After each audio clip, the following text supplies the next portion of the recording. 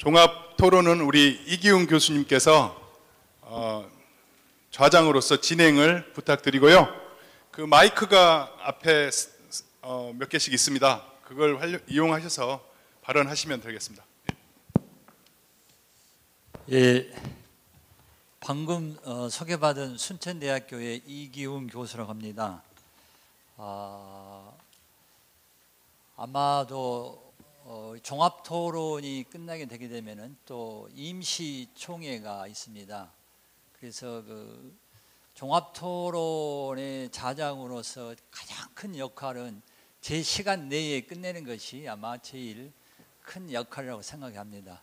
아마 사무국장님께서 늦어도 5시 55분까지는 끝내달라고 하는, 그래서 1시간 사실은 약 110분에서 무려 절반 정도로 줄었습니다, 시간이. 그래서 우리 그 토론자 여러분들께서는 하실 이야기가 엄청나게 많이 있을 걸로 생각이 돼요. 그러나 그 자장으로서의 이제 시간을 정해드리겠습니다. 5분 이내에 말씀해 주실 걸로 생각이 되고요. 지금 농업의 다원적 기능 확산의 필요성과 실천 과제부터 시작해서 가장 핫 이슈가 되고 있는 그 농업법원 대북 교류 협력 방안까지 5가지 주제에 대해서 이미 지정 토론자가 지정이 되어 있습니다. 이렇게 말씀해 주시고 5분이 넘어가게 되면은 그 적폐청산의 대상이 되겠습니다. 그 점 미리 아시고 토론자 여러분들께서는 유념해 주시기 바랍니다. 먼저 오늘 토론에 임하실 분들을 제가 먼저 소개해 올리겠습니다. 편의상 저를 중심으로 좌익, 저를 중심으로 또 이쪽은 우익, 이렇게 소개해 올리겠습니다. 먼저 제 쪽에 그 우측에 우리 전북대학교 양명우 교수님, 그 다음에 당굿대학교의 김태연 교수님, 그 다음에 경상대학교의 김성룡 교수님, 강원대학교의 이종인 교수님, 그 다음에 그 정말 어렵게 모셨습니다. 오늘 전남대학교의 김영만 공과대학장님 모셨습니다. 그 다음에 저를 중심으로 해서 또 한국농촌경제연구원의 김수석 선임연구위원님, 그 다음에 경북대학교의 김태균 교수님, 서울대학교의 김관수 교수님, 충남대학교의 김은순 교수님, 아주 김씨가 많네요. 그 다음에 농림축산식품부에 아주 지금 어려우실 때 시간이 없는데 이준명 우리 농업정책국장님 나오셨습니다. 순서는 이렇게 했지만 이제 또 토론 진행은 우리 김수석 우리 그 선임연구위원부터 진행해 주시겠습니다. 예, 제가 맡은 부분은 그 임정빈 교수님께서 했던 그 다원적 기능에 대한 부분인데요. 그 임 교수님이 워낙 그 발표를 잘해 주셔가지고 저는 그 내용이 전적으로 동의하는 이제 그런 입장이라서 뭐 코멘터라고 할 거는 없고 뭐 그거로 만족한다 해도 제 토론자의 임무는 끝날 것 같은데요. 그런데 조금 밥값은 해야 되니까 이제 조금의 그 코멘터가 아니라 조금의 기여를 하는 그런 차원에서 이 다원적 기능에 대한 최근의 어떤 그 논의 동향이라 그럴까 이론화 부분과 그것에 대한 어떤 정책화하는 아직 우리나라 사례까지는 아닙니다만 이제 외국의 사례를 조금 이제 살펴보고 우리의 어떤 농정 방향에서 시사점 그 정도로 이야기를 하겠습니다. 본데 이제 다원적 기능 아까도 얘기했지만 이제 유할 때 그 어떤 그런 농산물 무역 자유화 때문에 이제 농업 보호 차원에서 그 다원적 기능이 형성되었고 그래서 이런 그 그 다원적 기능은 그 농업 보호 아니면 농지 보존 이런 논리로 지금 주로 사용되어 왔습니다. 근데 이제 최근에 어떤 이 다원적 기능의 논의 동향을 보면 한쪽으로는 다원적 기능이라는 것이 농민들이 했던 그 활동들 중에서 시장에서 평가받지 못하는 그 아까 그 공익적 가치라고 하는 공공재 그런 부분이기 때문에 그러니까 어떤 뭐 OECD 중심으로 농민들의 활동 전체를 만약 사회재라 할 것 같으면 사회재 중에서 평가받지 못하는 공익재에 대한 부분을 다원적 가치로 보고 여기에 대한 어떤 정당한 평가와 어떤 보상 이런 것들을 해야 다원적 기능이 유지 어느 정도 보존되는 그런 차원에서 이런 입장의 논지 속에서 이제 공익적 그 직불제 같은 것들이 논의되는 게 이제 한쪽의 흐름인 것 같습니다. 그리고 다른 한쪽의 흐름은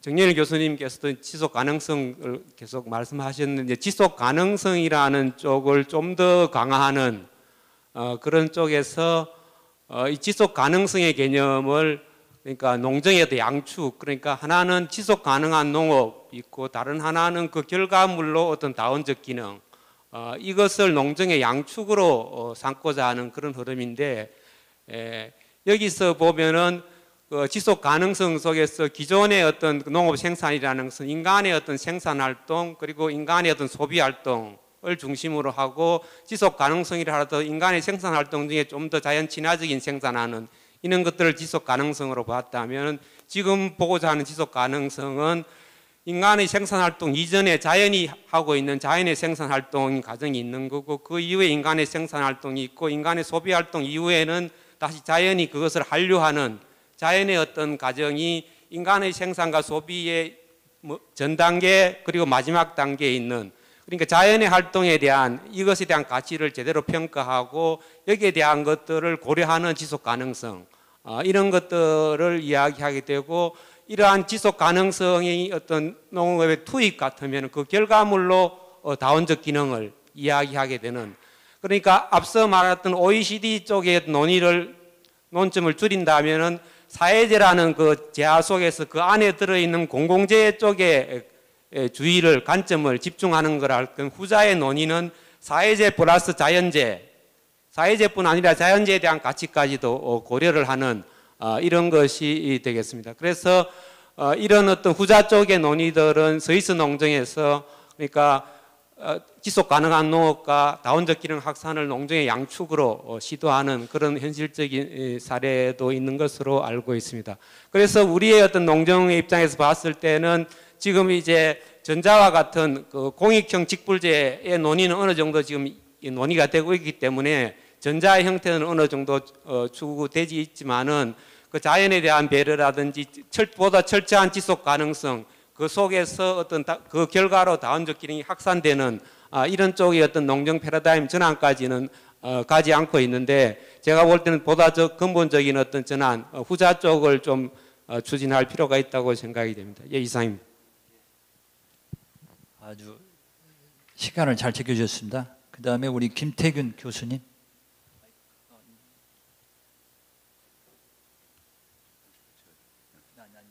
순서를 이렇게. 두 번째 주제로. 그렇게 아니 지금 사무국장님이 한번 돌고 그렇게 할까요? 그러면 사무국장님 나는 지금 안 드렸는데 그러면은 양병우 교수님이 그러면은 해주시고 그다음에 지금 이제 이주명 우리 농업정책국장님이 좀 바쁘셔서 바로 그러면은 양병우 교수님이 끝나고 난 다음에 우리 이주명 국장이 마이크 넘기겠습니다. 준비하지 않는 걸 시킬 것 같아서 걱정이 돼서 그랬습니다. 우리 임정민 교수님 너무나 잘 정리를 해주셔서 전반적으로 동감을 하고요. 그다음에 또 자세한 내용을 우리 김수석 위원님이 또 추가 보충 설명을 더 명확하게 해주셔서 저는 좀 몇 가지 그 접근 방법적인 측면에서 우리 임 교수님께서 굉장히 그 중요한 말씀을 해주신 게 스위스 헌법에 명문화된 그 기여에 대한 정당한 보상. 저도 이 부분에 대해서 상당히 공감을 합니다. 그런 측면에서 과연 지금까지의 농업발전 경로가 정말 기여를 했는가 사회에. 그럼 기여한 부분은 뭐고 기여하지 않는 부분은 뭐냐. 기여하지 않는 부분에 대한 소위 그것들이 이제 농업 생산활동이 유발하는 환경오염의 사회적 비용 문제에 관한 어떤 심각한 반성 없이 단순히 그 공익적 가치가 이런 게 추정된다는 것만으로는 소비자들이 사회적 컨센서스를 이루기는 상당히 어렵지 않겠냐. 그래서 그런 측면에 조금 우리가 접근 방법이 조금 아전인수격이 될 수도 있다. 사회적 합의를 이끄는 데는 좀 그런 좀 생각을 해보고요. 우리 정열 교수님이 앞에서 굉장히 중요한 말씀을 했는데 저도 그 점에 대해서 이 다원적 기능의 출발이라는 것은 정책적 관점에서 볼 때 어떤 다원적 기능을 새로운 정책이라는 측면으로 바라보는 것보다는 기존의 생산주의 농장 가지고는 더 이상 농업이 지속 가능할 수 없으니 정책 패러다임을 전환하는 수단으로서 다원적 기능으로 바라볼 필요가 있지 않겠냐. 즉 단장 농업과 집약적 축산 농업 가지고는 더 이상 이제 가족농의 소득 문제라든가 특히 이제 지역 문제, 이 지역 농촌 지역 문제를 우리가 해결하기는 어렵다. 그래서 농촌 지역의 지속 가능성과 지역 경쟁력 확보를 어떻게 하면 새로운 정책 패러다임 내에서 다원적 기능을 담음으로써 새로운 농업 발전 경로를 찾아가야 될 것이냐 하는 거지 아니겠느냐. 저는 좀 그렇게 생각해서 그게 첫 번째 질문이고요. 그리고 이제 두 번째 경우는 만약에 그 다원적 기능이라는 것이 정책적 패러다임 측면에서 접근하고 그리고 이제 지역의 지속 가능성과 지역 경쟁력 확보에 중점을 둔다고 한다면 지금 우리 그 연구자들이 지나치게 공익적 가치를 총체적인 개념으로 이야기하고 있는 게 아니냐. 농업이라는 총체적인 가치만으로는 소비자의 합의를 이끌기가 굉장히 어려울 것이다. 즉 지역별로 다른 공익적 가치가 있기 때문에 그 공익적 가치를 지역별로 측정을 하고 그에 부합되는 지역별 소단위 정책 프로그램 개발이 필요한 거지 중앙정부 차원에서의 어떤 그런 정책으로 획일화되고 평균적인 것으로는 상당히 어렵지 않겠냐. 그거에 관한 의문이 좀 많이 들고요. 그 다음에 세 번째는 이제 다원적 기능이라는 것이 사회적 합의를 이끄는데 조금 어려우니까 공익적 가치로 가는 거는 좋다. 근데 이것 자체도 포괄적이다. 용어는 바뀌었다고 하더라도 사실은 조금 이게 영역 구분을 페어에서 이야기하는 것처럼 경제적인 부분, 사회적인 부분, 사회문화적인 부분, 환경적인 부분, 영역을 좀 구분을 해야 뭐가 정책 프로그램이 개발되지 한 바구니에 모든 것을 담아놓고 하기에는 상당히 이게 애매모호한 개념이 될 수밖에 없지 않겠냐. 이제 가장 중요한 것은 경제적인 측면에서는 이제 농촌 개발하고 식품 안전하고 동물 복지 이 세 가지 문제가 될 것이고요. 사회적인 측면에서는 이제 농촌 활력 문제하고 전통 문화 문제고 그 다음에 나머지는 이제 주로 우리가 이야기하는 생태 환경에 관한 거고요. 생물 다양성이나. 그래서 그 부분에 좀 해야 될 필요가 있고요. 그 다음에 마지막으로 한 가지는 이게 과연 새롭게 우리가 정책 패러다임을 전환을 했을 때 또 장려금이나 기여금이나 보조금 형태로 갔을 때 그것이 커플링이 일어나지 않는다는 보장이 있을 것이냐. 우리 한국적인 상황에서 그런 측면에서 고용기회를 창출하고 지역의 소득을 늘리고 하는 측면에서 유럽에서는 이것을 이제 농업농촌 경제활동 다각화 전략으로 접근을 하고 있는 것으로 저는 알고 있습니다. 그래서 그 보조금 정책이나 장려금, 기여금 정책에 중점을 두지 않고 두 개를 어떻게 결합할 수 있는 정책 프로그램을 지역 단위별로 지역 지자체가 여건을 줬을 때 이게 실제적으로 효과적인 정책이 되지 않겠냐. 거기에 대한 질문을 가졌습니다. 각 주제별 질의에 대한 답변은 또 플로어에서 또 질문이 있기 때문에 조금 있다가 종합적으로 답변해 주시는 걸로 정의를 하겠습니다. 그러면 이어서 우리 이주명 우리 농업정책국장님. 예. 예, 반갑습니다. 저는 농식품부 이주명 국장입니다. 오늘 하여튼 한국농업경제학회 오늘 발표하는 주제들을 보니까 저희들이 많이 고민하고 해야 될 부분들이 많다는 걸 느꼈고요. 어쨌든 경제학회 대단히 감사하다는 말씀부터 드립니다. 저는 이렇게 특별 주제를 하지는 않겠습니다만 제가 이게 느낀 것들을 몇 가지 말씀드리겠습니다. 일단은 우리 공익형 직불제, 그러니까 다원적 기능 임정빈 교수님 말씀하셨는데 저희들 많이 고민하고 있습니다. 국정 과제에도 들어가 있지만 실제로 이 공익형 직불제라는 개념 자체는 한국의 농업의 패러다임 자체를 다 바꿔야 되는 문제라고도 볼 수 있습니다. 그동안에 어떤 투입제 위주의 농업이었다 그러면 지금 뭐 스마트팜이라든지 어떤 정밀 농업으로 이동하는 부분들이라든지 아니면 실제로 우리 지금 100만 농가라 그러지만은 60만 가까이가 지금 60세 이상의 65세 이상의 고령화된 농가들인 상황에서 이게 이행 준수 의무라든지 우리가 여러 가지 이제 새로운 의무, 단순히 직불금을 주는 것이 아니고 그것이 이제 환경이라든지 우리 생태라든지 공익적 기능을 제고하는 방향으로 가야 하는 과정에서 이 농업인들이 준수해야 될 의무, 그리고 그걸 어떻게 그걸 여하히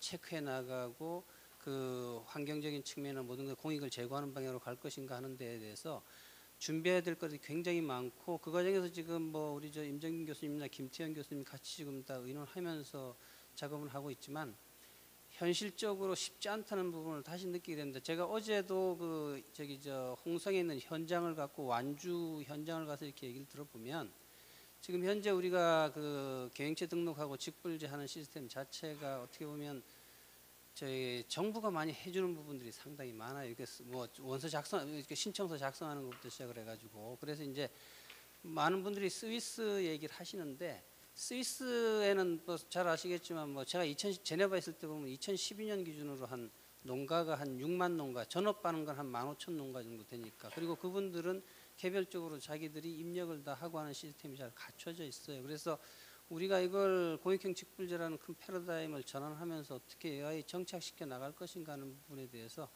굉장히 고민을 많이 하고 있다는 말씀드리고, 아까 무슨 뭐 네이밍이라든지 그런 부분에 대해서도 고민을 많이 하겠습니다. 저희들이 이제 기본적 공익이라는 것이 있고 이제 부가적으로 환경 프로그램이나 이런 것도 환경 보전 프로그램 같은 걸 어떻게 가져가냐 이제 그런 부분들이니까요. 그리고 송미령 박사님 말씀해 주신 이제 이 균형 발전 정책이나 이것들인데, 제가 2005년에 농림업인 삶의 질 향상 제1차 5개년 계획을 만들 때 자체에서는 어떤 포인트였냐면, 송 박사님 잘 아시지만은 농촌에 아무리 농업 생산을 하더라도 사람이 살 수 있어야 된다. 주거라든지 복지 기반이라든지 교육 기반이 갖추어져야 사람들이 거기서 정주하면서 농사를 지을 거 아니냐, 이제 이런 포인트가 강했는데, 그 부분에서 더 나간다 하더라도 어쨌든 최근에 보시면은 오늘 이제 귀농귀촌 발표했는데 저희들이 귀농귀촌 전체 인구가 51만 한 8천 정도래. 그래서 13년도에 귀농귀촌 통계 작성한 이후로 50만을 처음 넘은 걸로 지금 나왔고요. 귀농 인구가 조금 정체가 되는데 이것은 2017년에 고용률이 좋아서 통계청이 발표한 고용동의 고용률이 좋아서 그 부분에서 이렇게 귀농 인구가 조금 줄었던 부분이 있습니다. 그렇지만 지속적으로 농업 부문의 고령화된 인력을 대체하는 차원의 어떤 귀농이라든지 청년 육성 이런 쪽에서 중요하기 때문에 그런 부분들이 많이 들어온다 그러면 거기 역시 주거라든지 복지 기반이라든지 이런 부분들이 굉장히 중요하고요. 특히나 지금 우리가 뭐 저희 부처 사업이긴 하지만 마을 종합 개발 사업이라든지 이런 사업들 전반적으로 사실은 다시 한번 좀 추가적으로 계획 만들 때는 점검해야 될 필요가 있고, 그 과정에서 이제 추가적으로 지방 분권과 관련한 지방의 어떤 자율적인 사회적 농업이라든지 그런 부분을 안착시키는 그런 쪽의 어떤 다양한 플렉서블한 지원 정책 같은 것들이 필요할 것으로 생각됩니다. 그리고 식품 산업과 관련해서 제가 식품 산업 정책관을 했기 때문에 몇 가지 말씀드리면, 잘 아시지만 식품 산업 자체는 이게 농업의 수요처로서 가장 큰 부분이기도 하고요. 그리고 이 식품 산업을 우리가 진직시킨다는 것 자체는 농업을 그동안에 생산자 위주의 마이웨이 농업에서 이 수요자를 바라보는 수요지향형 농업으로 간다는 의미고요. 그렇게 하기 위해서 이제 예를 들어서 지금 우리가 식품 제조업 분야에서 원료 농산물 사용하는 게 뭐 한 31.4% 된다 그러면 이것을 10%만 올릴 수 있다 그러면 식품 제조업 분야에서 원료를 10%만 더 국산을 사용할 수 있게 한다 그러면 그것은 식량 자급률이라든지 모든 면에서 큰 변화를 가져올 수 있고 안정적으로 국내 농업 생산이 이루어질 수 있다고 봅니다. 근데 다만 그 전제가 되려면 우리 생산하는 분들이 수요를 봐야 되고 또 국내 농업적으로도 과거에 뭐 동부팜 한농이나 여러 가지 있지만 풀어야 될 부분들이 상당히 있습니다. 예를 들어서 오뚜기 같은 데가 감자칩을 만드는데 베트남에서 그 포장을 만들어 가지고 거기서 생산해서 국내로 가져온다라든지 최근에 우리가 농심 같은 경우에 수미 감자 같은 경우에 이제 R&D를 통해서 그 국산 수미 감자의 어떤 그 제조 과정에서의 단점들을 보완해서 국산을 사용하도록 한 부분 그런 부분들에 대한 정책적인 것들을 감안해서 농업과 기업 분야의 상생 협력 어떻게 들어가면 식품 기업들의 직접적인 투자 부분을 강화할 수 있는 그런 여건들을 같이 좀 만들어줘야 된다는 생각이 들고요. 남북 농업 협력과 관련해서는 아까 우리 김용훈 박사님 잘 말씀해 주셨는데 어쨌든 그동안에 단절이 많았기 때문에 우리가 북한 농업의 어떤 현황이라든지 그런 것도 정확하게 알아야 되고 또 남북이 어떤 상호 그냥 일방 지원적인 것은 될 수가 없습니다. 상호 협력하에서 상호 이익을 추구하는 방향으로 가야 되고 그런 점에서 상당히 많은 준비가 필요할 것으로 생각됩니다. 감사합니다. 예. 이어서 송미령 박사님이 발표해 주신 그 삶의 질을 높이는 균형 발전 정책에 대한 토론을 김태균 교수님, 김태연 교수님 해주시고 난 다음에 오늘 특별 스페셜 게스트로 오신 김영만 학장님한테 토론기를 드리겠습니다. 예, 안녕하십니까. 경북대학교의 김태균입니다. 송미령 박사님께 감사드립니다. 지금 균형 발전 정책을 만드시고 계시는데 고생 많이 하셨습니다. 전체적으로 동의를 합니다. 동의를 하는데 조금 더 추가해서 혹시나 이런 것을 좀 생각해 보셨으면 어떨까라는 의미로 말씀을 드리려고 합니다. 한 4가지 정도를 말씀을 드리려고 합니다.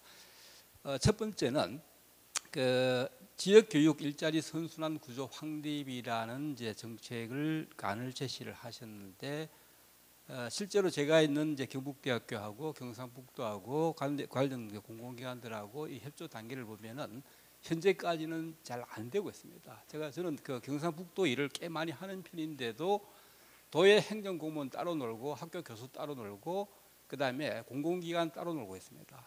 어차피 한 번씩 만나서 회의를 하지만은 각자 생각이 다 다르거든요. 학생들 생각 또 다릅니다. 학생들은 서울로 진출을 하기를 원하지 지역의 공공기관은 안 가려고 하거든요. 그러니까 이런 것을 해결하기 위해서 이런 모델 제시가 상당히 좋은데 조금 더 구체적으로 어떻게 하면 좋을까라는 것이 좀 아쉬운 부분이 있거든요. 그걸 좀 고민을 좀 해주시고 최근에 우리 논란이 되고 있는 문재인 정부가 이제 추진하고 있는 지역 인재 할당제가 좀 머뭇하고 있죠. 이 논란이 되고 있는 이 부분을 여기다 좀 가미를 하면 어떨까? 지역 인재 할당제가 논란이 지금 찬반이 논란이 되고 있는데 이건 아마 지금 도입을 하더라도 에고제로 좀 도입을 해야 될 것 같고요. 갑자기 도입해서는 힘들 것 같고 이런 것을 좀 감안을 해서 우리 고등학생들이 지방대학에 들어와서 우리 지방에 있는 어떤 공공기관에 취직할 수 있다라는 것을 고등학교 때부터 인식을 할 수 있도록 좀 장기적인 목표로 이것을 구성해 주시면 어떨까 하는 생각이 듭니다. 첫 번째 거고요. 두 번째는 기농기촌 지원 정책에 대해서도 역시 전적으로 동감을 하는데 저희들이 우리 기농기촌 데이터를 제시할 때 이제 상당히 좀 우려스러운 부분이 기농 인구가 기촌 인구가 엄청나게 늘어난다고 이야기하고 있는데 그 안에 자세히 쳐다보면은 청년 기농 인구가 과연 몇 명인가? 아까 전에 이제 말씀하신 한 50% 된다고 하셨는데 지금까지는 베이비 부모거든요. 아직까지는 우리 베이비 부모들이 기농을 계속 하고 있거든요. 이것이 아마 앞으로 한 4, 5년 동안은 계속 지속될 것 같은데 그 이후에도 계속 있을 것인가? 지금 베이비 부모가 기농하는 것은 거기서 태어났기 때문에 기농을 하는 것이고 과연 청년층들이 농촌에 또는 뭐 유턴을 할 것인가 아이턴을 할 것인가를 좀 고민을 해야 되기 때문에 정책의 목표 요점은 제가 볼 때는 청년층 귀농입니다. 베이비 부모들이 아니고 청년층들이 과연 귀농 귀촌을 어떻게 활성화할 수 있을까 말씀을 하셨습니다. 대상별, 유형별, 맞춤형 귀농 귀촌 지원 정책을 쓰는데 어떻게 하면 청년층들이 귀농 귀촌을 활성화할 수 있을까라는 것에 초점을 맞춰주셨으면 좋겠습니다. 청년들은 소득도 중요하지만은 문화라든가 자녀 교육이라든가 더 중요시하게 될 가능성이 있으니까 그 부분을 좀 고려를 해주셨으면 좋겠습니다. 그다음에 세 번째 토론은요. 세 번째는 그 농촌 다음 재생 정책입니다. 이 정책에 대해서는 역시 전적으로 동감을 하는데 일본을 우리가 자주 가시잖아요. 일본 가면은 농촌에 가면은 정말 농촌 다음 그대로 살아 있거든요. 그래서 근데 우리 농촌은 지금 이 농촌인지 도시인지 어떤 데는 헷갈립니다. 어떤 데를 가보면은 논 한가운데에 모텔이 있습니다. 그 모텔을 보고 제가 저 모텔 어떤 사람이 가는 거 묻습니다. 농사 짓다가 모텔 가서 자는가?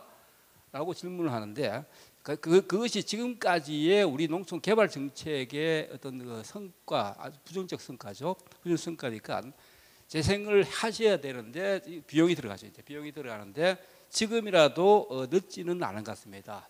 늦다고 생각할 때가 가장 빠를 때니까 빨리 좀 재생 사업을 좀 시작해 주셨으면 고맙겠습니다. 그다음에 네 번째 토론은 이제 아까 전에 사회적 농업의 지금 활성화, 즉 농촌형 산업 생태계가 다시 출현하고 있다 해서 사회적 농업 활성화를 말씀하셨는데 이 농촌의 우리가 활성화 정책에서 사회적 농업을 활성화시킨 것은 상당히 중요하다고 생각이 들거든요.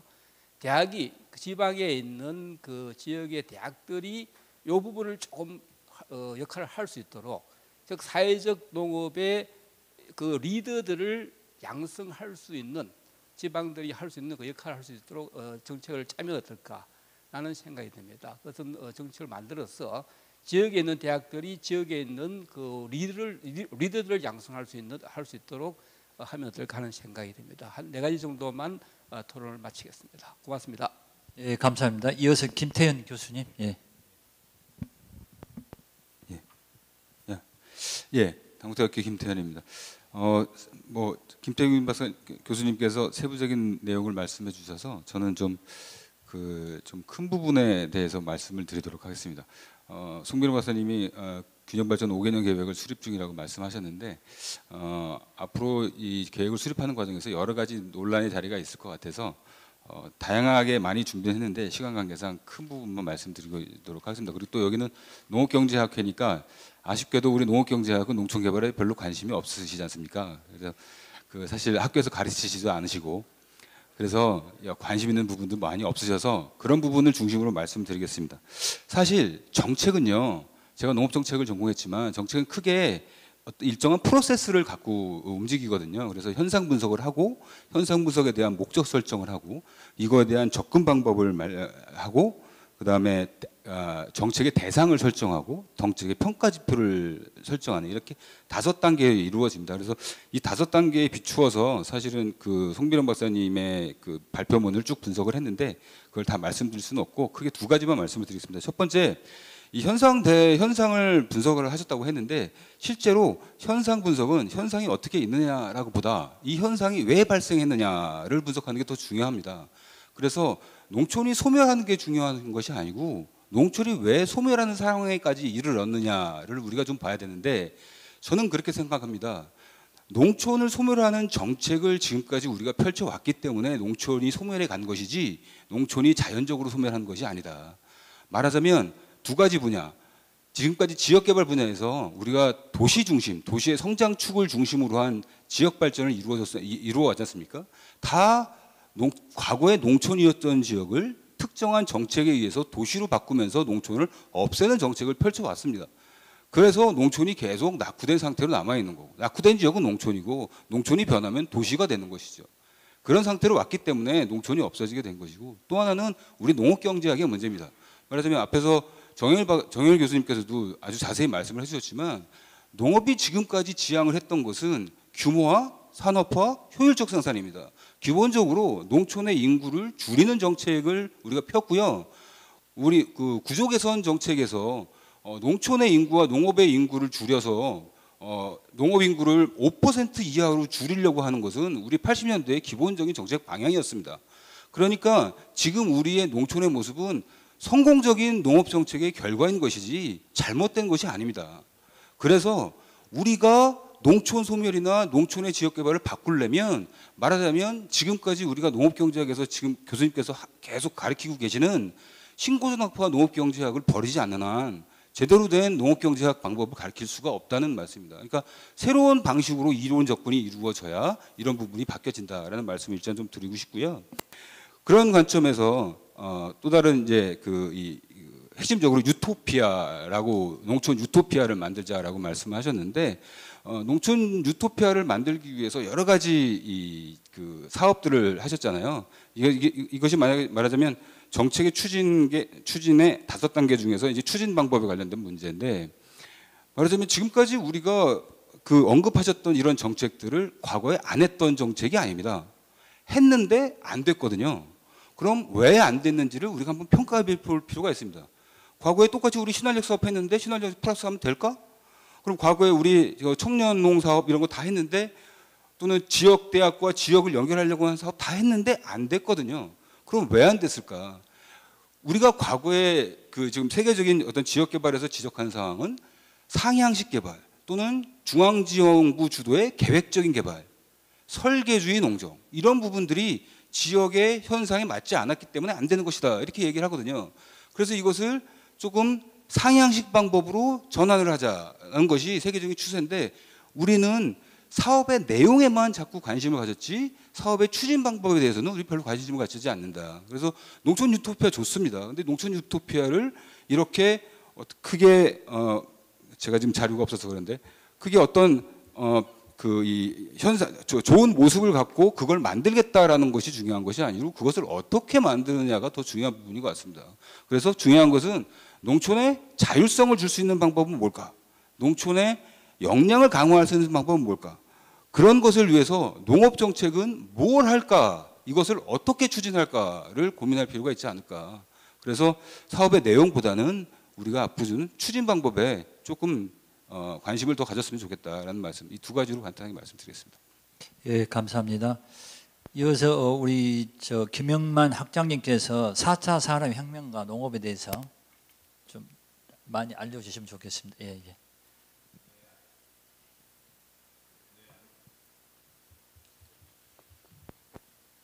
네, 안녕하십니까. 그 한국농업경제학회에서 특히 그 김창길 크레이 원장께서 전화를 주셔서 4차 산업혁명과 농업에 대한 얘기를 해달라는데 뭐 4차 산업혁명에 관해서는 뭐 전공에 가까운 부분이라 잠시 보긴 했는데 농업에 대한 이해도가 낮아서 상당히 고민이 많았습니다. 그래도 뭐 생각나는 걸 한번 얘기해보고자 이 자리에 왔습니다. 제가 오다 보니까 저기에 있는 캐치플레이스가 대단한 각오를 보여주는 것 같습니다. 한국 농업의 지속 가능한 성장 전략을 모색 중이십니다. 저는 사실 한국 공업의 지속 가능한 성장 전략을 모색하고 있었습니다. 그리고 그간의 성장 동력으로서 소임을 다하고 이제 가치가 좀 더 쇠락해가는 공업을 보고 있는데 농업은 활기찬 모습을 보여주고 있어서 보기 참 좋습니다. 우선 4차 산업혁명에 관한 얘기를 시작해 보겠습니다. 2016년에 어떤 분이 무슨 포럼에서 4차 산업혁명을 얘기했다고 하는 것은 기지의 사실입니다. 아시다시피 산업혁명은 지난 후에 많은 사람들이 혁신적인 변화, 특히 산업체계의 변화가 있을 때 명명해 왔습니다. 근데 이번 일은 반대가 된 거죠. 그런데 뭐 개인적인 생각이 다들 다르겠지만 어떤 분들은 그 3차 산업혁명인 정보화 혁명의 확장판이라고 말씀하시는 분도 상당히 있습니다.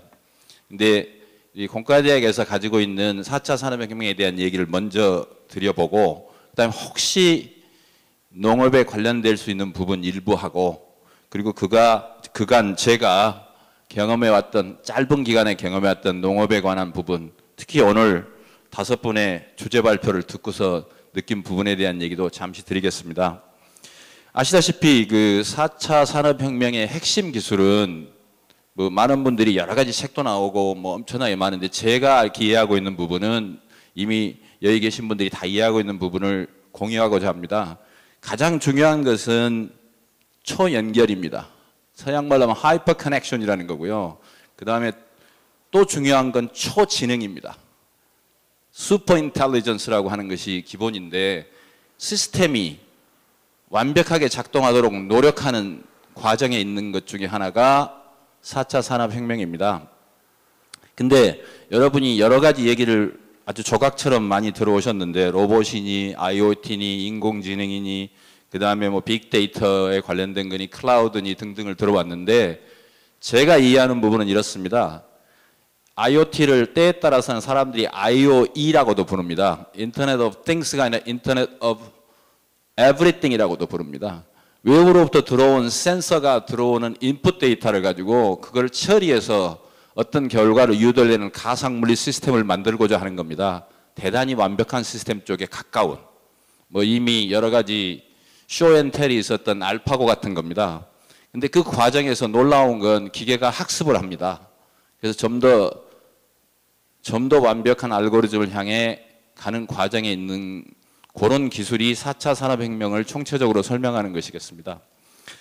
저는 뭐 개인적으로는 60년대에 그 시골에 1차 산업을 한 농사를 짓는 집안에서 태어나서 농업에 관해서는 아주 어렸을 때 그 새참을 얻어먹기 위해서 못줄을 잡았던 적이 있습니다.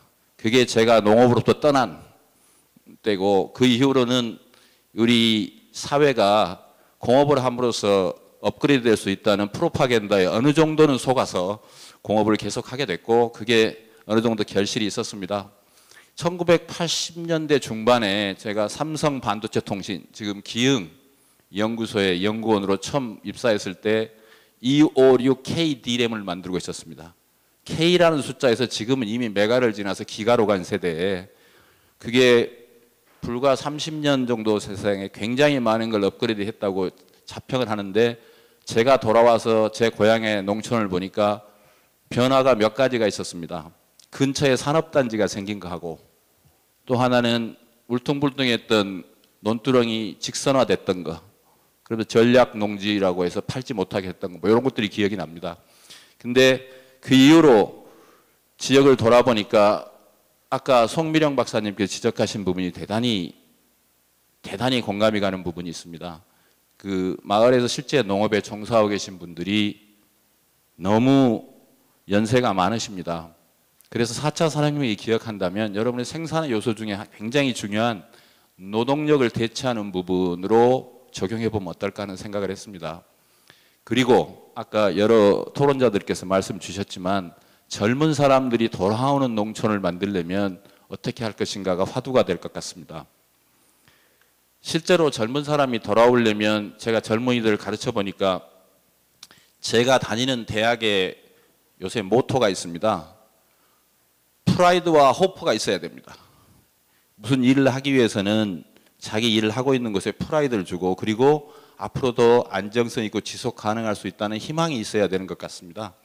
굳이 4차 산업혁명하고 연관 지어보면 아까 여러분들이 많은 솔루션을 주셨는데 제가 얼마 전에 그 강진의 파프리카 스마트팜 인지 스마트팜 비슷한 형태의 아주 고기능성 온실에 다녀온 적이 있습니다.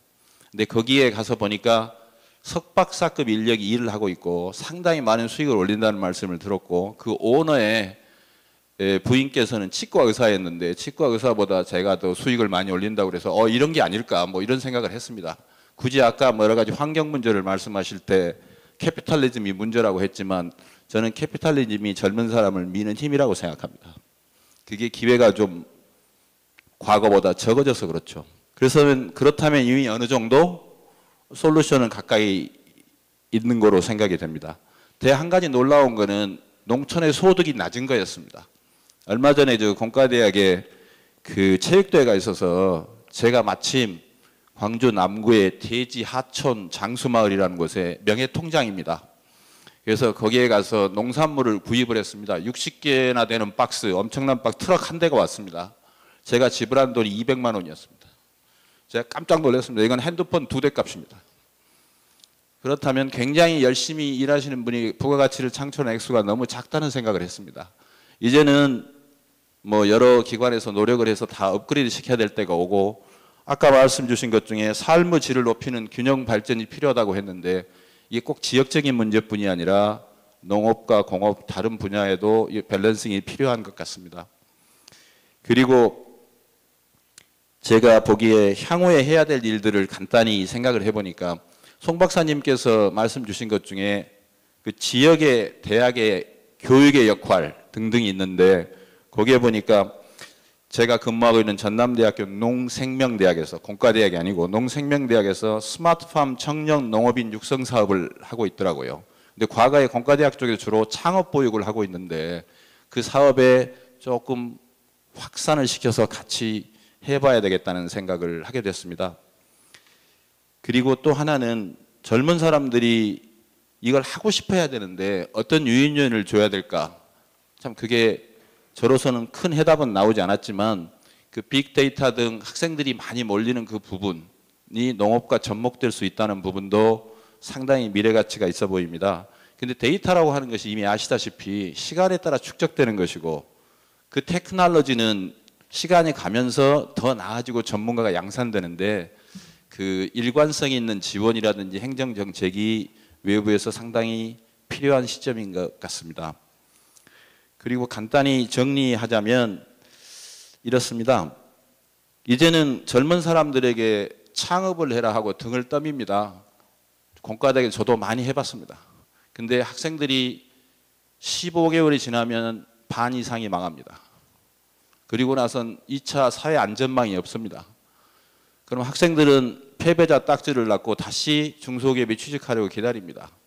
이게 계속 순환이 되고 있는데, 저는 스마트팜 예를 제가 하나 든 건데 4차 산업에 관련된 것으로, 그걸 하게 되면 개인적으로 투자하거나 하는 것보다 사실상 대기업 중에 식품 관련 대기업이 있고, 저는 농협처럼 그 금융기관에서 상당히 부를 축적한 사람들이 이제는 협동조합 정신으로 돌아가서 미리 좀 투자를 해서 많은 귀농하거나 농업 관련 창업을 하고 있는 분들에게 리스크 해지 차원에서 어느 정도 지분을 줬으면 하는 생각이 듭니다. 여러 가지 해결 방안이 있겠지만 우선 떠오른 것을 말씀드렸습니다. 그리고 4차 산업혁명과 농업, 제가 앞으로 농업을 더 열심히 공부해서 더 많은 관심을 갖도록 하겠습니다. 고맙습니다. 예, 감사합니다. 또 새로운 우리 농업경제학회 회원이 되셨네요. 이제 보니까 특히 이제 아까 송민영 박사님 말씀하셨는데, 어디 가서 이렇게 토론해 보면 그런 이야기를 많이 하더라고요. 왜 멀리 있는 산토끼만 잡으려고 하냐? 집토끼만 잘 지켜도 앞으로 농촌이 괜찮을 거다, 이렇게 이야기하신 분도 있고, 특히 우리 이 김영만 학장님 같은 경우는 지금 국장님이 가셔버렸는데, 지금 9개의 도에서 핫 이슈가 되고 있는 게 바로 뭐인 거니? 1,800억짜리 스마트팜 핵심 밸리 사업입니다. 그게 아마 7월 말 정도는 아마 그 결정이 되거든요. 그래서 우리 학회 회원님들도 그 분야에 좀 관심도 가져주시고, 여러 가지 이제 망라가 돼 있거든요. 제가 할 이야기는 있지만 생략하겠습니다. 이어서 이 박재홍 교수님이 발표하신 식품산업의 발전과 농업의 연계에 대해서 우리 김관수 교수님, 김성령 교수님 토론해 주시겠습니다. 예, 좌익부터 먼저 하겠습니다. 박재홍 교수님 식품산업과 농업의 연계 아주 꼼꼼하게 잘 발표해 주셨습니다. 제가 뭐 특별히 추가할 부분 그렇게 많지 않고요. 조금 하고 싶은 얘기만 몇 가지 하도록 하겠습니다. 특히 식품산업과 농업의 연계 방안 부분인데요. 참 사실 어려운 얘기입니다. 이게 잘 되면 다 윈윈이 될 수 있는 부분인데요. 이 시장이 적동될 수 있도록 아까 우리 명예 교수님 말씀하셨지만 지속 가능성 패러다임 하에서 좀 고민해 본다면, 이걸 그냥 예를 들어서 조금 뭐 걸림돌이라든지 문제점만 정부에 조금 제거해 준 이후에 시장이 제대로 작동되어서 잘 굴러갈 수 있도록 되는 방안이 뭘까? 이런 걸 좀 고민해 볼 필요가 있지 않나 생각됩니다. 지금 말씀하신 여러 가지 뭐 R&D라든지 인센티브 부여라든지 이런 것들은 되게 좀 사실은 조금 일회성이 될 수 있다는 생각도 좀 들고요. 그래서 그런 부분들이 좀 많이 들어가서 결국은 이게 잘 굴러갈 수 있는 이 생태계를 마련하는, 생태계를 조성하는 부분에 있어서 어떤 이슈들이 있을지 이런 게 좀 필요하다는 생각이 들고요. 그 관점에서 이 뭐 계약 재배의 활성화 부분이라든지 또 우리 박 교수님 말씀하신 지역 부분, 그 로컬 푸드가 작년에는 굉장히 화두가 되었는데요. 그래서 로컬 푸드를 활용한 뭐 식품 기업의 뭐 농업과의 연계 방안이라든지 이런 고민도 좀 필요할 것 같고요. 또 하나 말씀하신 것 중에 대형 유통업체의 과도한 시장 지배력 문제도 조금 말씀하셨는데 저도 전적으로 동의합니다. 식품 기업과 농가 입장에서는 이제 어려움이 더 가중되는 그런 문제이고요. 그 뭐 이건 선진국으로 갈수록 점점 더 유통 쪽이 세지는, 당연하게 세지는 거고요. 그 소비자의 가장 가까이 있는 유통 쪽이 많은 부가가치를 가져갈 수 있는 그런 기반이 됩니다. 그래서 유통, 식품 산업, 농업 이런 연결 고리 하에서 조금 더 이 농업 파트에서는 좀 고민이 필요하지 않을까 생각이 들고요. 저희들 학회 차원 또 연구자 차원에서는 이런 분야에 있어서 그 식품 가치 사슬 정성적으로 좀 많이 말씀하셨는데 앞에 말씀드린 그 관점에서 이걸 좀 정량화할 수 있지 않을까 그런 좀 생각도 들었습니다. 미국 같은 경우는 뭐 USDA 쪽에서 이제 $1 빌이라고 그래서 그게 매년 발표가 되고 있고요. 그러니까 $1를 소비자가 쓰면 농가가 얼마를 가져가는지, 농민의 쉐어가 얼마고 유통업자가 얼마를 가져가고 이런 게 계속 발표가 되고 있는데요. 한 15센트 정도 가져가는 것으로 발표되고 있던데 우리 국내에도 우리 경제학교 회장님 계신 농경연에서 식품산업 정보 분석 일을 하고 있습니다. 저희 서울대에 같이 들어가서 하고 있는데 농가 수취율 추정을 지금 하고 있는데요. 산업연관 분석을 활용해서 해봤더니 한 20%, 25% 정도 들어갑니다. 그래서 이 직관적으로 봤을 때 선진국으로 갈수록 농가들은 점점 쉐어가 떨어질 수밖에 없는 구조이고요. 뭐 그거는 우리가 피할 수 없는 큰 흐름인 것 같습니다. 어쨌든 학회 차원에서 이런 쪽에 식품 가치 사슬 부분의 정량화 부분에 좀 기여할 수 있지 않을까 생각이 듭니다. 마지막으로 아까 우리 저희 공대 학장님 김 학장님 말씀하셨지만 4차 산업혁명 관련으로 이 식품산업 외연 확대는 좀 어떻게 이 4차 산업을 활용하면 할 수 있을까 이런 얘기를 좀 해보고 싶습니다. 간단히 말씀을 드리면 최근 이제 푸드테크에 대한 얘기가 많이 나오는데요. 이 4차 산업혁명이 식품에 굉장히 적용이 잘 될 수 있습니다. 우리 국내에는 이제 외식 쪽, 특히 배달 쪽에 배달 앱이라든지 이런 쪽이 많이 발전이 되어 있는데요. 작년에 한국 푸드테크 협회도 창립이 되고요. 이쪽으로 많은 활동이 지금 이루어지고 있습니다. 미국 경우에는 이런 외식이라든지 배달 쪽보다는 식품 제조업 쪽에 이런 지금 흐름이 있는데요. 실리콘밸리 쪽에서 여러 가지 뭐 임파서블 푸드라든지 뭐 최근에는 인공 와인까지 만들어지고 있습니다. 그러니까 그 실험실에서 고기가 배양되는 거죠. 그래서 이런 부분에 대해서도 식품 산업 쪽에서 좀 많은 관심을 가지고 또 정부 입장에서도 뭐 개선돼야 될 규제가 있는지 또는 법령 정비가 필요한지 뭐 이런 쪽 고민도 필요하다고 보고요. 최근에는 이제 농식품부에서도 관심을 가지고 이쪽으로 많은 고민을 하고 있는 것으로 알고 있습니다. 예, 이상 마치겠습니다. 네, 감사합니다. 그다음 김성령 교수님.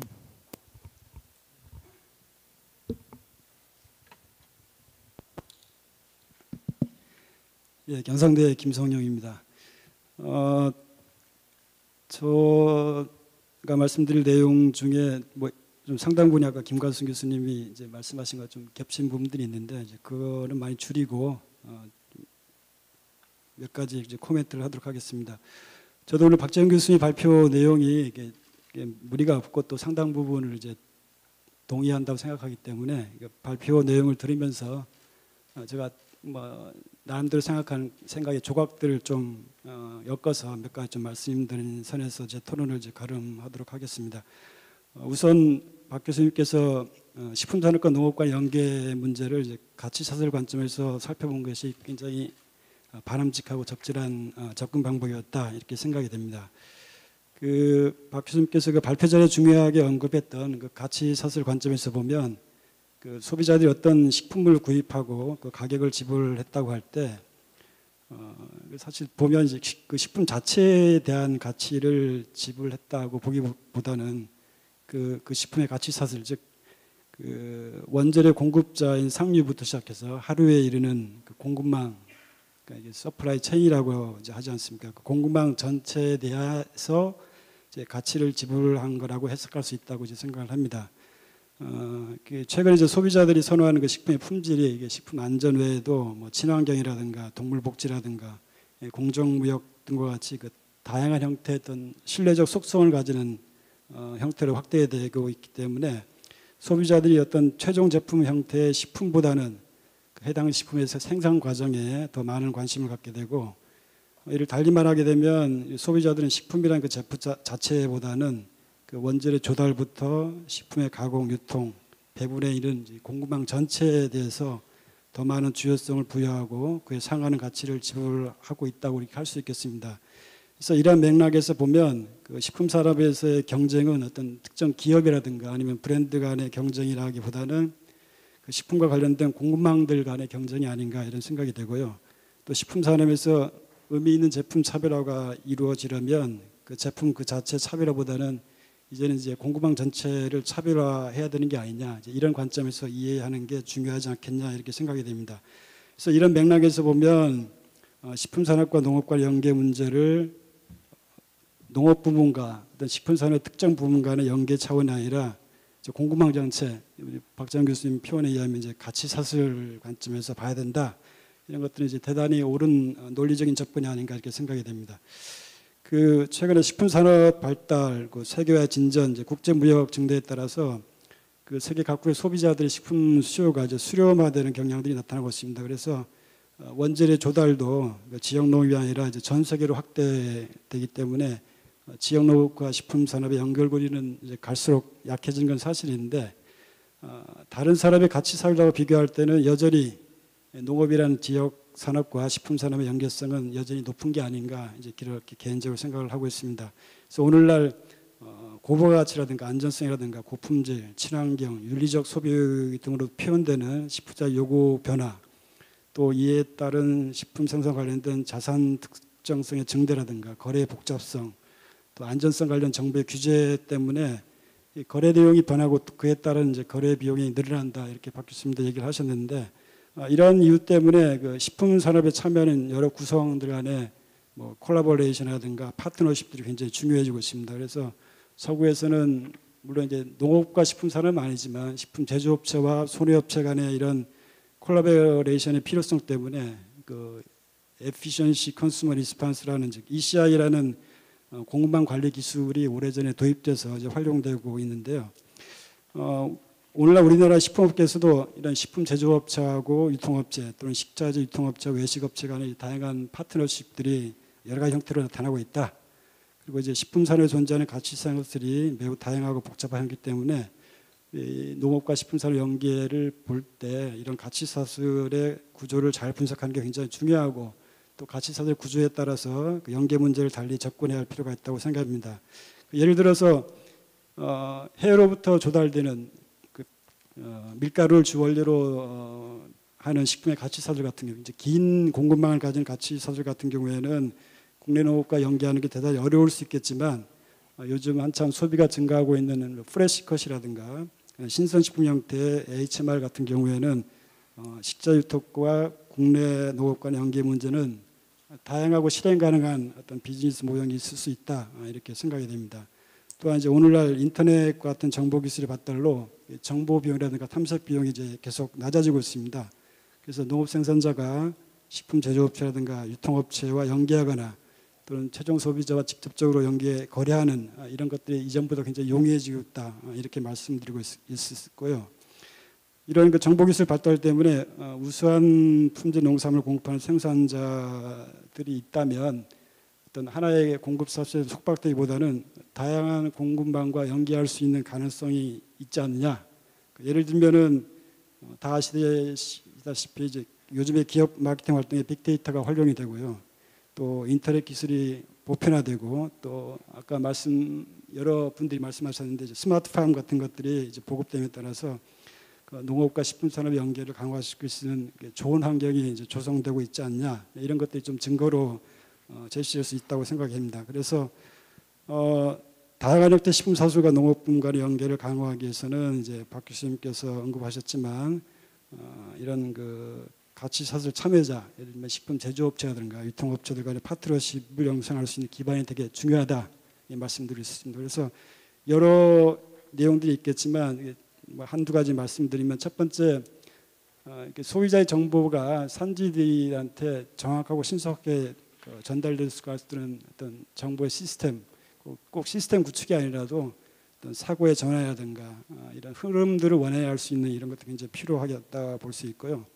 그다음에 소비자가 원하는 농산물이 생산되면 이런 것들이 공급망을 따라서 신속하고 효율적으로 하루 전달할 수 있도록 하는 이제 물류 시스템, 이런 것들이 이제 필요하다, 이렇게 말씀드리고 싶습니다. 그래서 이런 그 정보 시스템과 물류 시스템이 기능을 제대로 발휘하기 위해서 산지의 조직화라든가 이제 경영체 발굴도 간과해서는 안 될 과제라고 생각됩니다. 그다음 이제 마지막으로 그 식품산업과 농업의 연계 강화를 위해서 이제 정부의 역할로 박 교수님이 여러 가지 제안을 하셨는데요. 예를 들면 비즈니스 모델을 발굴하고 어떤 금융적, 규제적 지원을 확대해야 된다.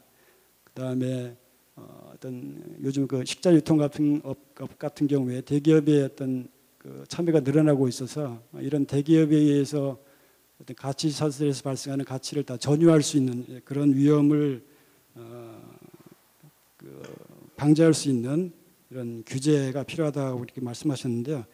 하나만 덧붙이게 되면 제가 생각하기로는 이제 국내산 식재료를 기반으로 하는 이제 고부가 식품의 가치 산업이 지속 가능하기 위해서는 이 고품질 품질 시장의 시장 실패를 초래할 수 있는 어떤 생산자와 소비자 간의 어떤 정보의 비대칭성 문제를 해결할 수 있는 이런 그 품질 관련 표시라든가 인증제도, 사후 관리 뭐 이런 것도 굉장히 필요하다, 이렇게 생각이 됩니다. 그다음에 이건 하나 추가로 느낀 점인데, 오늘 그 식품산업과 농업 간의 연계 문제를 얘기하면서 아까 김 교수님 학계에 대한 연구도 얘기하셨지만 덧붙여서 우리가 그 학생들을 가르치는 데 있어서 어떤 식품산업과 농업의 어떤 균형 있는 뭐 교과 과정이라든가 강적 개발, 뭐 인력 양성, 이런 것들도 좀 우리가 일본 학회를 통해서 염두에 봐야 될 사항이 아닌가, 이렇게 생각하고 있습니다. 예, 이상입니다. 예, 조금 위험했습니다. 네 번째 주제인 박오정 교수님 발표한 그 환경과 자원의 지속 가능성 모색과 실천 과제에 대해서 김은순 교수님과 이정훈 정인 교수님께서, 김은순 교수님 먼저 해주시죠.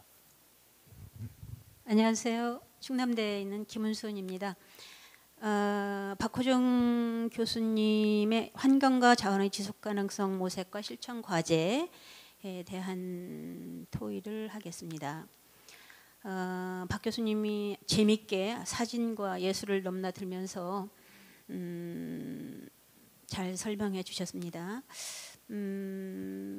그래서 환경하고 지속 가능성에 대한 것을 주로 에너지 쪽에 초점을 맞춰서 어떤 구체적인 사례들과 함께 말씀해 주셨습니다. 실제로 저는 이제 논문을 이제 지난 월요일인가요? 이제 받고 이제 공부를 했죠. 근데 상당히 추상적이고 그래서 고민을 많이 했습니다. 그래서 오늘 와서 이제 듣고 그 추상적인 걸 어떻게 이제 할 것인지 했지, 오늘은 또 굉장히 구체적이셨습니다. 그래서 두 개 중간을 넘나들기가 참 어렵게 저를 당혹스럽게 해주셔서 저도 당혹스럽게 말씀을 드리겠습니다. 먼저 논문에 근거해서 제가 그 몇 가지 말씀드리겠습니다. 논문에 근거해서 볼 때 처음에 이제 그 지속 가능성 개념에 대해서 이제 그 논의를 하시고 논문 내에서 그 5장 논문 내에서 그 다음에 이제 지속 가능성 모색을 위한 4가지 담론으로 이제 뭐 순서는 뭐 관계없이 외래종 침입에 대한 관리가 필요하다. 그 다음에 불확실성 하에서의 경제 환경 시스템의 회복 탄력성에 이제 그 확대가 필요하다. 환경의 분권주의가 필요하다. GDP 개선을 위한 환경 가치의 그 평가가 필요하다. 뭐 이런 내용이십니다. 큰 틀에서 저 이제 그 박 교수님의 이제 그 주장에 동의합니다. 그런데 그 대부분의 그 지속 가능성 개념이나 4가지 담론들이 어떤 그 선언적이고 학문적인 그 주장에 그치지 않았나 이런 좀 생각이 많이 듭니다. 말하자면은 좀 더 그 근본적이고 거시적인 측면에서 어떤 그 논의 동향, 국제적인 추세 이런 부분들에 대한 그 틀을 제시해주지 않으셨다 이런 생각이 좀 들어서 좀 아쉬움이 있습니다. 따라서 그 현실적으로 구체적으로 어떤 그 실천 방안이나 대응을 해야 되는지 이런 거에 대한 논의가 거의 좀 결여돼 있고 아울러서 이제 그 에너지 쪽 그동안 이제 박 교수님이 주로 에너지 관련된 연구를 많이 해오시고 이제 분석적으로 많이 해오시는 걸 이제 알고 있는데 농업 부분하고 관련되는 환경 지속 가능성에 대한 논의가 거의 이루어지지 않았다는 그런 아쉬움이 좀 있습니다. 그런 부분이고요. 그다음에 이제 그 제가 이제 박 교수님 의견하고 좀 다른 부분이라 할까 또는 이제 추가하고 싶은 거에 대해서 한 2가지 말씀을 드리겠습니다. 먼저 그 GDP가 이제 기존의 GDP가 이제 그 평가 지표로서 이제 거시적인 평가 지표로서 이제 한계를 우리가 다 알고 있는데 그래서 이제 환경 가치를 평가하고 삶의 질을 평가하는 지표의 필요성. 그래서 이제 특히 환경 가치를 평가해야 되지 않겠냐 이런 말씀 이제 하십니다. 동의하고요. 근데 이제 환경 가치, 환경재라는 게 사실 모두 알다시피 이게 이제 시장에서 거래되지 않는 재화이기 때문에 사실 이거 어떻게 평가하느냐 뭐 이제 여러 가지 방법이 있습니다만은 많이 쓰이고 있는 것이 CVM이니 뭐 이런 것들이지 않습니까? 근데 1990년대 초에 사실은 국제적으로 여러 나라에서 산발적으로 그 그린 GDP라고 해가지고 이제 이런 그 인바이러먼트 어카운팅을 했었습니다만은 그것이 이제 말하자면 대체법이나 이런 어떤 그 CVM 기법을 이용하다 보니까 어떤 컨센서스를 마련하기도 어렵고 그것들이 가지고 오는 그 평가 기법의 한계점 이런 것들 때문에 결국 이제 그냥 산발적으로 해지고 있었지 그것이 어떤 구체적으로 계속적으로 지속되지 못해서 이제 결국은 GDP가 이제 저 거시적인 지표로 경제 지표로 쓰이고 있다고 보여집니다.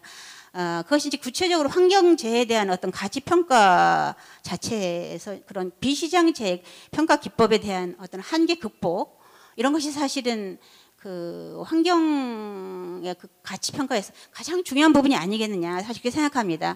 그래서 그런 부분에 대한 논의가 사실은 굉장히 그 농업경제학계에는 물론이고 전체적으로 부족하지 않느냐. 그래서 앞으로는 그런 그 비시장재의 평가 기법에 대한 좀 구체적인 논의, 그 한계 극복을 위한 논의들이 좀 앞으로 있었으면 좋겠다 이런 좀 말씀을 드리고 싶습니다.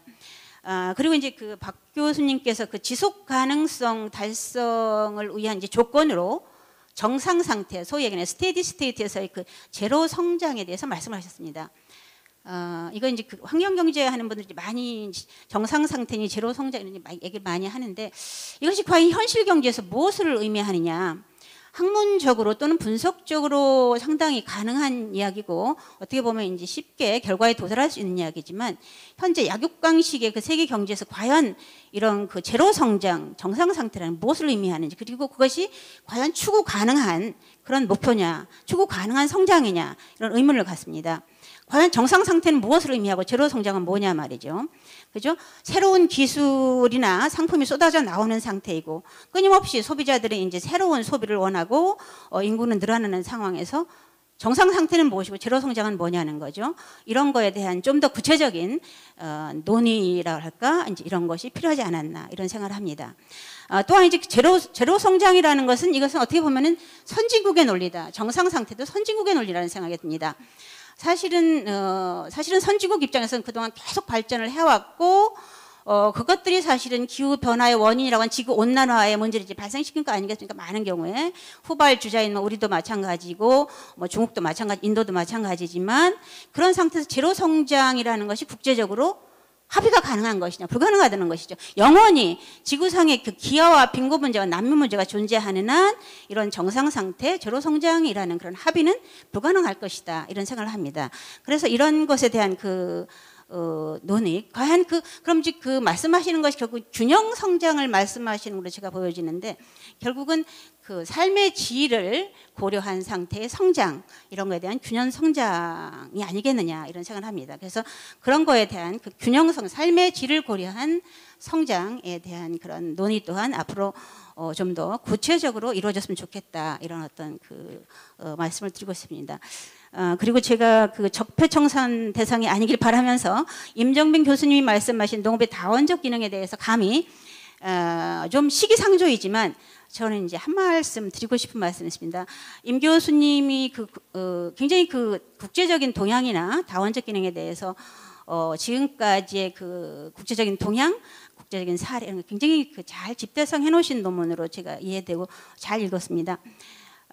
그런데 실천 과제에서 다원적 기능에 대한 그 국민적 공감, 그 다음에 이제 공익형 프로그램의 이제 필요성 이런 걸 말씀하셨습니다. 그래서 저는 이제 국민적 공감이 사실은 이제 축산 부문이 이제 환경 오염의 원인이니 주범인 이런 얘기도 하고 있고 또 아까 우리 이제 국장님께서 아직은 시기상조다 이런 말씀도 많이 하셨지만 이제 의무 준수라는 것이 저는 시기상조이지만 과연 이런 공익형 프로그램이 이루어지기 위해서는 제대로 이루어지기 위해서는 재원이 필요하다 이런 것이 이제 제일 중요한 거죠. 현재 1헥타 남짓의 그런 농지에다가 직불제를 한두 개 해보니 사실 200만 원에 불과할 거란 말이죠. 농민 입장에서는 그죠?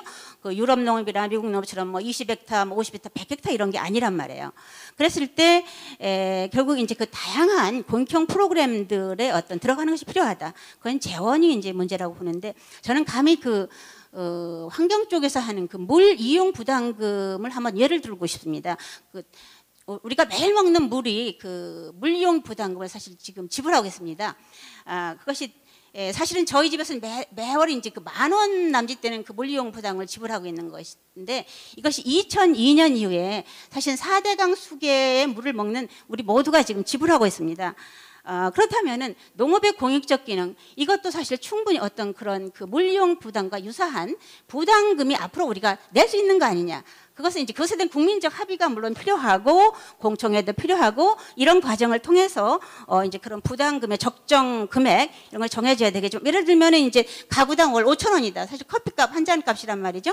그랬을 때 제가 계산해 보니까 거의 1조 원에 가까운 돈이 돼요 연간. 그랬을 때 그걸 가지고 이제 다양한 공익적 프로그램의 재원으로 마련할 수 있다. 그렇게 하고 의무 준수를 엄격하게 하고. 안 하는 친구들은 이제 아웃시키고 이런 식의 과정을 통해서 지속 가능한 농업의 이제 환경 보존이 가능하지 않겠는가 이런 시기상조적이지만 말하자면 발상의 전환적인 말씀을 드리고 있습니다. 감사합니다. 하실 이야기가 너무 많으신 것 같은데 요약이 사실은 고생 많이 하셨습니다. 제일로 멀리서 오셨어요. 근데 또 제일로 마지막에 또 발언권을 줘가지고 또 제일로 짧게 하셔야 되고. 우리 이종인 강원대 교수님 넘기겠습니다. 네, 안녕하십니까. 강원대학교 이종인입니다. 제가 지금 여기 앉아서 지금 두 가지 큰 딜레마가 있는데요. 왜 다른 분들은 발표 순서를 다 제목 토론 주제를 알고 있는데 왜 나만 모르고 있었을까? 네, 그러면서 또 하나는 이 순서가 지나갈 때마다 이 주제가 아니구나 계속 넘어가면서 자원환경은 아니겠지. 이건 제가 안 하는 건 누구든 다 하는 거니까 하필 이 주제가 딱 됐습니다.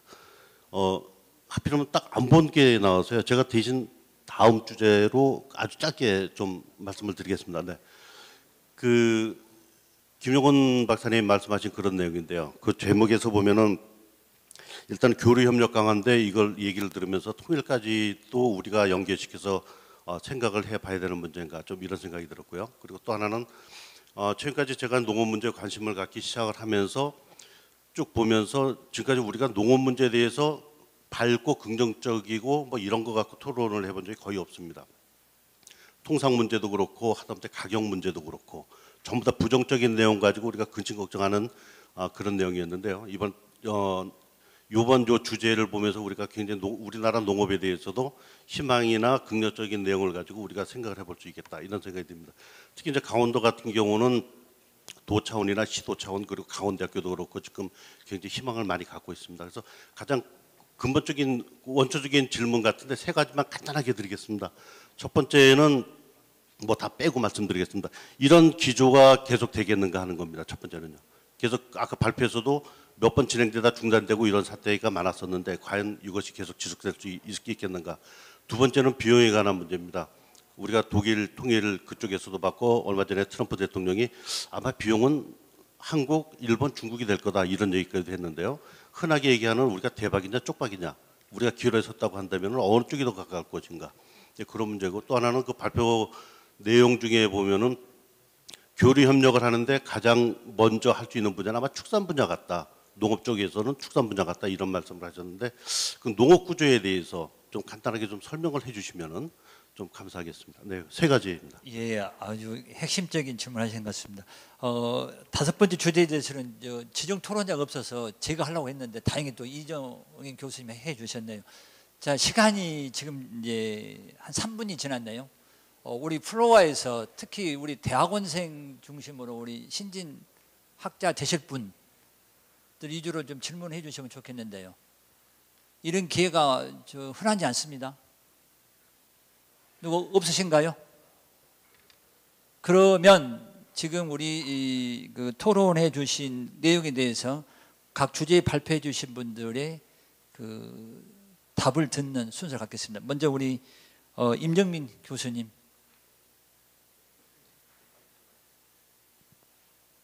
만찬 시간도 있기 때문에 간단히 하시면 됩니다. 예.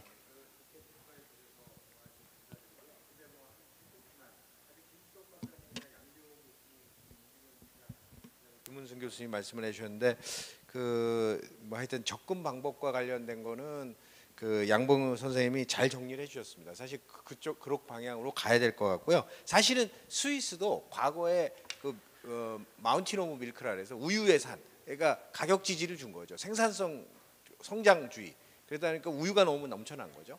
그래서 그런 것들이 이제 국민적 컨센서스에 이루어지면서 이제 지금과 같은 아주 적정한 양분이나 뭐 환경이나 생태 이런 게 이루어진 거죠. 그러니까 저희가 그런 단계로 가야 될 것 같고요. 그다음에 이제 공무원이 중요합니다. 여기 갔는데 있으면 한마디 더 하려고 그랬는데 이 공무원들이 왜 중요하냐면 사실은 전국에 있는 인력을 다 쓸 수 있죠. 공무원이 쓸 수 있어요. 그다음에 재원도 있죠. 자기 돈은 아니지만 우리 정부가 국민이 마련해 준 세금에 의한 재원을 쓸 수 있기 때문에 사실 공무원들의 국장급들이 누가 부르면은 사실 시간을 한 달 전에 약속하면 뭐 일주일 이내면 안 되겠지만 대부분이 다 만나 줄 거려. 그러니까 이 공무원들이 어떤 마음으로 적극적으로 선제적으로 농정 변환이 어렵다 뭐 이런 얘기 할 거면 뭐 안 어려운 게 이 세상에 어디 있을까요? 굉장히 어렵거든요. 지금 김문선 교수님이 말한 것처럼 재원 확보도 어렵고 근데 이런 것도 그건 우리의 역할도 있는 거죠. 자연과학적, 사회과학적으로 우리가 이런 공익적 기능이나 이런 다원적 기능들을 같이 평가할 수 있는 거. 여지까지 그런 게 축척이 잘 안 되어 왔기 때문에 실제로 그게 국민들이 설득을 못한 것도 있는 거잖아요. 그러니까 그런 걸 우리가 지금까지를 서로 반성을 하면서 우리가 그런 노력들을 지금부터 각자 분야에서 한다면 저는 그런 방향으로 가는 건 다 인정해 주셨기 때문에 빨리 발을 담궈야 된다. 이 어렵다 그래서 이러다가는 진짜 아무것도 안 된다. 이런 생각을 하면서 하여튼 여러분의 코멘트에 감사드립니다. 예. 두 번째 발표하신 우리 송미령 박사님께서는 아까 질문하신 내용을 이메일로 다 드린답니다. 참고해 주시고요. 그다음에 세 번째 발표하신 우리 박재홍 교수님 하실 말씀. 예, 그 두 분 말씀이 뭐 특별한 질문은 없으신 것 같고요. 어쨌든 앞으로는 좀 식품 산업하고 농업을 이야기할 때 뭐 저희가 어쨌든 협력이 중요하다고 이야기하기 때문에 이걸 어쨌든 뭐 식품 산업이 사실 사적 영역에 속하는 거라서 이걸 저희가 뭐 정책 측면에서 자꾸 이야기하는 것은 좀 힘들다는 생각입니다. 그래서 어쩔 수 없이 시장 중심으로 놓고 이야기를 해야 되는 부분이라서 그런 부분에 앞으로 연구가 좀 됐으면 좋겠고요. 저도 뭐 개인적으로는 좀 이렇게 뭐 실정 분석 같은 걸 해보려고 노력은 하고는 있습니다. 뭐 저희 요새 제 생각은 라면 수프 갖고 한번 해볼까 지금 생각 중에 있는데, 근데 그런 것들이 좀 된다면 좀 더 많은 어떤 실질적인 이야기들을 좀 더 가치 사상에서 이야기를 드릴 수 있을 것 같습니다. 어쨌든 뭐 특히 저보다 더 열심히 하시고 좀 잘하시는 김 교수님, 김 교수님 많이 좀 도와주시기 바랍니다. 감사합니다. 예. 그다음에 네 번째 발표해 주신 우리 박호정 교수님. 예, 김은순 교수님 코멘트 잘 듣고 잘 배웠습니다. 그 지속 가능성에 대한 그 내용들이 제가 뭐 최근에 갖는 그 주제라기보다도 최근에는 그 사람들의 어떤 그 선택이 어떻게 해서 이 사회 물리학적으로 볼 때 복잡해지고 그게 이 우리 시스템의 취약성으로 가느냐, 그런 부분들을 자원이나 환경 쪽에 여러 정책 부분에서 발견을 할 수 있었기 때문에 그거를 어떻게 지금 이 화두로 엮어서 한번 이야기를 드려볼까 하다 보니까는 약간 그 원고 내용과 발표 내용이 조금 상이했습니다. 근데 좋은 코멘트 주셔서 감사드리고 또 굉장히 날카롭게 지적을 해주신 부분, 그런 정상 상태에 대한 그런 고민들 앞으로의 숙제이지 않느냐라는 생각이 듭니다. 감사합니다. 예, 마지막 발표를 해주신 우리 김영훈 박사님. 예, 이종인 교수님께서 세 가지 질문을 하셨는데 이 기조가 계속되겠는가 하는 거, 그것은 굉장히 정치적인 문제이기 때문에 저도 잘 모르겠습니다. 저도 잘 모르는데 과거에 여러 번 그 남북한 문제, 그다음에 그 북미 간의 합의를 보고 뭐 이런 사례가 있거든요. 첫 번째 사례가 그 제네바 합의, 그다음에 두 번째가 9.19 합의 그때였습니다. 그런데 둘 다 깨졌죠. 그때 굉장히 많이 그 기대를 했었는데 깨졌는데, 그때하고 다른 게 확실하게 있습니다. 다른 게 뭐냐 하면 그 트럼프 대통령, 미국 대통령이 나섰다는 거 하나, 그게 다르고, 그 다음에 그 평화 체제 구축이란 말이 처음 나왔죠. 그 북한은 1970년대부터 평화 체제 구축을 주장했어요. 물론 이제 여러 가지 그 조건이 있었지만 그때부터 정전 평화체제 구축하자, 그걸 허락해달라 그렇게 했는데 미국이 계속 무시한 겁니다. 무시하다가 이번에 와서 평화체제 구축이라는 것, 정전체제 평화체제 구축이라는 게 이번에 처음으로 나왔어요. 그만큼 그 중요한 사항이 나왔습니다. 그렇기 때문에 완전히 달라졌기 때문에 기조는 옛날하고 완전히 다르다. 그리고 또 하나 중요한 것은 2016년부터 대북 제재에 중국이 동참했습니다. 그래서 북한이 지금 굉장히 큰 어려움을 겪고 있거든요. 그러니까 북한도 이 기조를 계속 끌고 나가고자 하는 그런 게 있고요. 그 다음에 두 번째로 비용은 저도 잘 모르겠어요. 그런데 아까 말씀드렸듯이 제네바 체제하고 9.19 합의 때 비용이 있습니다. 뭐냐면 제네바 합의 때는 경수로를 지어주기로 했는데 경수로 2기, 그거는 5조짜리 2개 10조를 주는 걸로 했습니다. 그 다음에 9.19 합의 때는 200만 킬로와트를 매년 우리가 송전한다. 그것도 굉장히 크거든요. 그렇게 합의를 했었는데 그때 이제 그게 전부가 아니고 중유 50만 톤까지 같이 있는데, 지금 생각하면 큰 돈 아닙니다. 지금은, 그때는 북한이 핵 개발을 시작할 때 혹은 핵이 있는지 없는지 모를 때고, 지금은 핵 개발이 완료되고 거기다 ICBM까지 갖춘 상태예요. 그렇기 때문에 그것을 교환한다, 뭐 돈을 주고 산다 하면 더 큰 액수가 되겠죠. 경제 지원 액수가. 그러니까 그걸로 따지면 될 것 같고, 그 다음에 축산 분야, 농업구조, 이것은 축산 분야가 양돈 양계 이쪽이 시장이 좀 비교적 확실합니다. 우리나라의 시장, 그 다음에 외국의 시장, 그리고 또 우리나라 농기업이 진출하기에 아주 좋은 기업적인 환경을 가지고 있어요. 그 다음에 종자산업도 마찬가지고. 그렇기 때문에 제가 축산하고 종자가 좀 유리하고 그런 것이고, 그 다음에 우리나라도 양돈 양계는 좀 구조조정이 필요합니다. 그렇기 때문에 적당한 상업적 협력 사업 분야다, 이렇게 말씀드립니다. 예, 이상입니다. 예, 지금까지 종합 토론을 진행했는데요. 우리 정영일 교수님, 그 오늘 이렇게 우리 또 후학들이 이렇게 그 학회하는 것을 보시면서 느낀 총 아마 강평을 한번 부탁드릴까요? 저 마이크. 예, 마이크.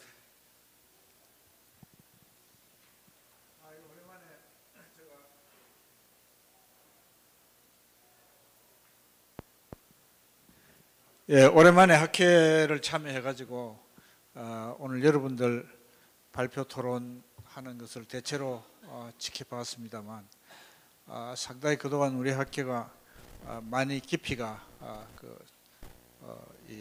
깊어졌고 그리고 또 논의하는 폭도 상당히 넓고 이런 점에 대해서 대단히 허무한 생각을 가지고 있습니다. 앞으로 그 식품 산업 이런 문제는 조금 더 좀 전문화된 쪽으로 좀 갔으면 좋겠다 이런 생각을 합니다.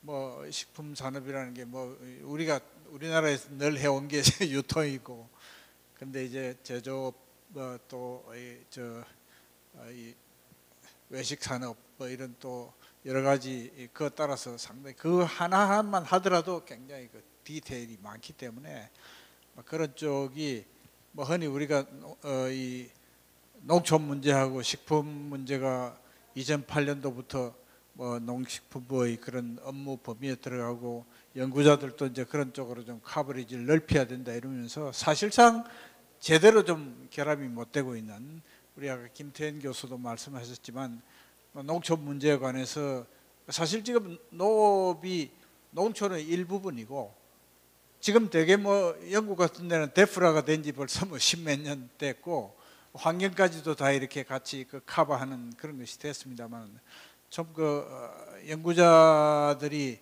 쉽지는 않은 일입니다만 좀 연구 범위를 좀 넓히고 또 새로운 시대의 변화에 따른 과제를 좀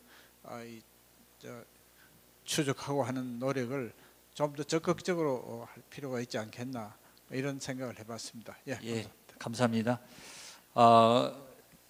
가치와 협력을 통한 한국 농업의 지속 가능한 성장 전략 모색 종합 토론을 하실 이야기가 많이 있지만 많지 않은 시간도 있고 오히려 더 좀 표현이 뭐지만 뒷담화 시간이 훨씬 더 밀도가 있습니다. 그때 많이 나누시기로 하기로 하고요. 제가 이제 가만히 생각해 보니까 1981년도에 그 대학원생 때 제주 교수님이 이제 데리고 왔었어요. 벌써 저도 이제 정년이 가까워져 가고 느껴봤는데 참 장족의 발전, 어떻게 보면은 또 학문이라고 하는 것이 항상 진보되어 가지 않습니까? 그래서 그런 앞으로 우리 농업경제학회가 보다 더 정진된, 특히 오늘 김영만 우리 공업을 전공하신 분이 오셔서 이렇게 또 말씀해 주신 거 보니까 초연결이 되는 거고 융복합이 되는 것 같습니다. 이상 종합 토론을 마치겠습니다. 감사합니다.